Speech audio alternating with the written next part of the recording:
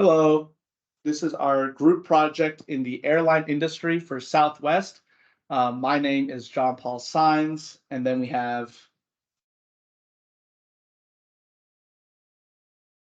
My name is Mohammed Shakani.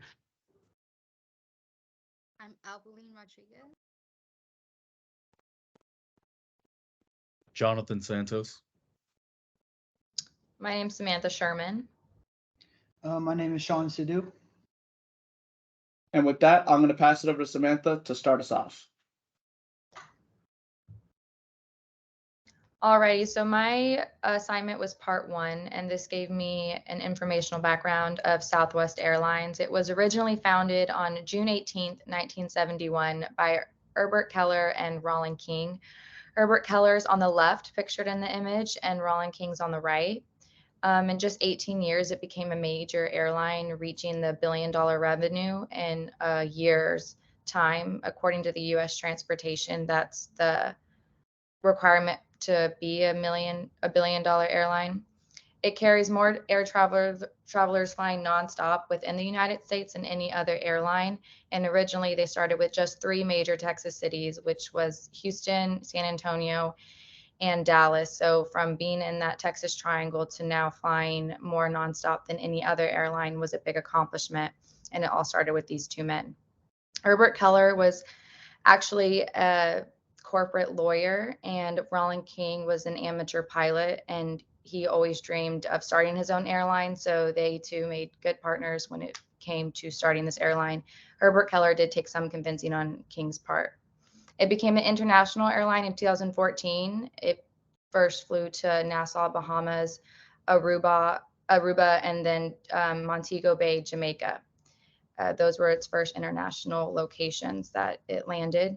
And it now employs more than 60,000 people. And it did reach Forbes' Best Employers list in 2019. And it now serves more than 11 million customers per month. So again, starting in 1971 with just serving three Texas cities and now serving 11 million customers per month. And 4,000 flights per day are flying out of Southwest. So pretty impressive when it all started with just these two men. And so with that, I'll go ahead and pass it to the next slide. So I did stage two, creating a sense of urgency. During December 21st to December 31st of 2022, more than 16,700 flights were canceled. The entire holiday travel crisis made Southwest lose between 725 million to 825 million in revenue. Many of Southwest frequent flyers switched over to the other airlines. They received thousands of complaints that DOT, the Department of Transportation, forwarded to Southwest. You can go to the next slide. And then pulling together the guiding team. So in order to get together the guiding team, we have to identify individuals with necessary skills, knowledge, and experience for the guiding team. Look for customer service professionals with a proven track record of success, as well as individuals with a deep understanding of the airline industry.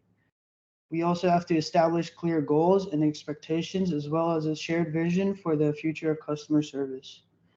With a strong guiding team in place, Southwest will be able to provide exceptional customer service and maintain its reputation as a prominent leader in the airline industry.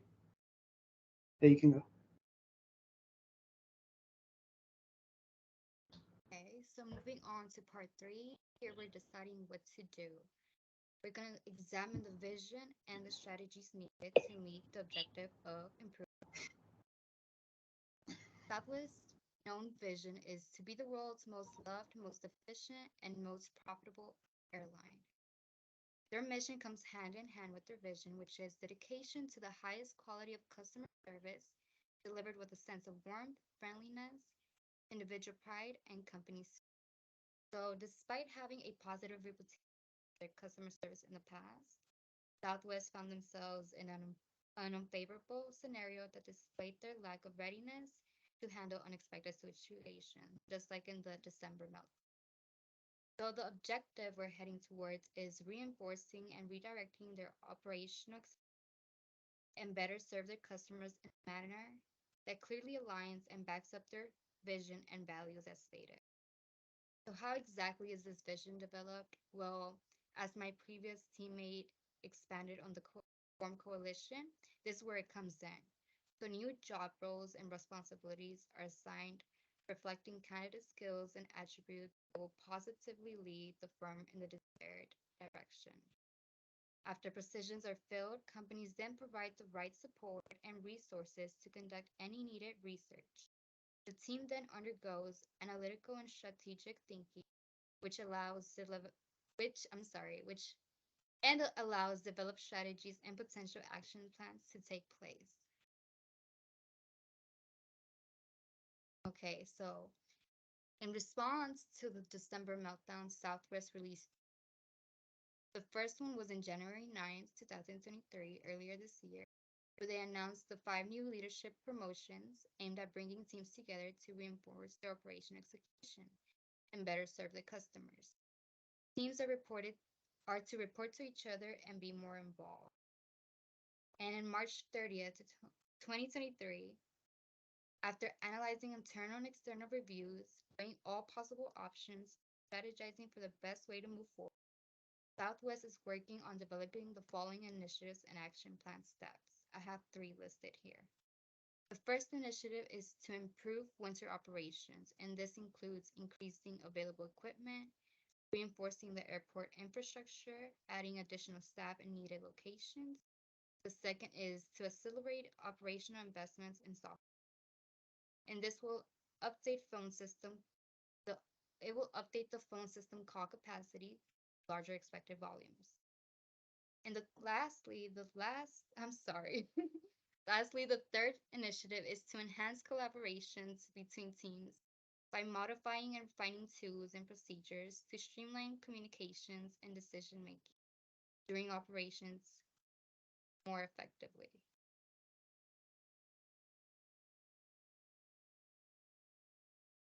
Hello, so I'm gonna be talking about how to make it happen. We went through the vision, we went through what to expect, and now our main goal is to buy everyone in. So how do we do that?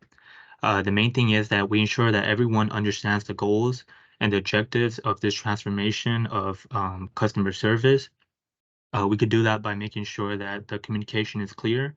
That could be whether it be an email, through Zoom, graphs, whatever it takes, as long as we have a multiple unique area of communication where the team could collaborate effectively. And making sure that after we do that, to empower others to act. That's the main thing. To make people act on the vision that we have, that would include like training and providing higher tech, coaching people to make sure that they understand how to process with different kind of customer service that comes through. We could also do that using technology. Um, Nowadays, we have really updated technologies and we can make them the best use, which could be like chatbot or like AI. So let's say like you go on Instagram or Facebook and you want to look at your life update about where your flight's going to be, time, if it's running late or not. It'll make an easy and effective way to check that. So we could use that as well, and that will make it more convenient for employees as well. That includes like workload, right? So like making it less workload for employees as well. So using like our resources and providing tools that'll make them successful. Um, we could also include like reward system for motivation and keep our employees going, as well as using these high tech, updated technology that we have. Thank you. And so following that, I want to talk about how we can keep making it happen with short-term wins. And so a big thing when your reputation goes down is to bounce back. And the first bounce back can come in various forms. And so a big short-term win will increase your PR. And with your PR public relations increased, you'll also gather more shareholders. As your money goes up, more shareholders want to invest, and it all around helps the company. Now, Southwest does this to increase shareholder value through theories E and O from Cracking the Code of Change by Michael Beer. And theory E states that you should be trying to maximize shareholder value. Meanwhile, theory O states you should be trying to maximize internal organizational development through internal processes or procedures. And one way Southwest highlights this is through their servient leadership. They are very employee focused because they believe that starting a positive work culture with their employees is one way to spread that to all their customers. And I pulled a quote here from an article that says it being Southwest places customer service at the forefront of its mission and company culture. On a more practical level, it works to provide customers with an experience that fills their needs and makes it easy for them to accomplish their goals with the company. And through excellent customer service, they can bring more loyalty to Southwest. And through loyalty, that is how they are going to bounce back and get short-term wins. However, short-term wins is not all a company needs. They need to keep that momentum going forward so that they can establish long-term goals. And to complete long-term goals, Southwest needs to build a strong foundation.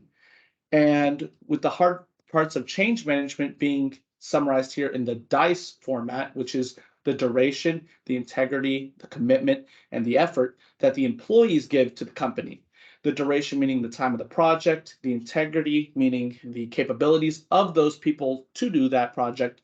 The commitment is how they'll respond to change, and the effort is how much motivation and dedication they have to achieve those company goals. And so by establishing a strong DICE framework, the foundation of Southwest will allow them to accomplish long-term goals after the short-term wins. And one thing I found is the NPS, which is the Net Promoter Score, which is a system that airlines use to decipher how well they're doing with their customers. And so they follow up post-flight. How was this? How was that? And an example here, I have one from United Airlines and Southwest Airlines as of 2022. And so coming back from that, disaster, Southwest actually started to get way more higher on the promoter score, which is positive feedback, more than their detractors, and passive. So Southwest already showing that they've started rebounding and they're using these techniques to achieve their long-term goals.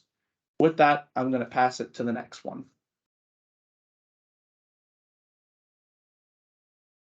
Make it stick. Southwest Airlines has created a culture to help solidify their changes into their workforce, their operational side, and their customer satisfaction levels. Without this continuous effort from the corporate level down, their new values and transformations would revert to what it was originally. It would only be a matter of time before another major disruption would affect hundreds of thousands of flyers in the peak holiday season. In John Cotter's article, Leading Change, Why Transformational Efforts Fail, he states that integrating new behaviors into shared values will foster the sustainability that the company seeks to achieve from their changes. In Our Iceberg is Melting, the Penguins create scouting as a required curriculum in an effort to prevent any notion of sticking to one iceberg.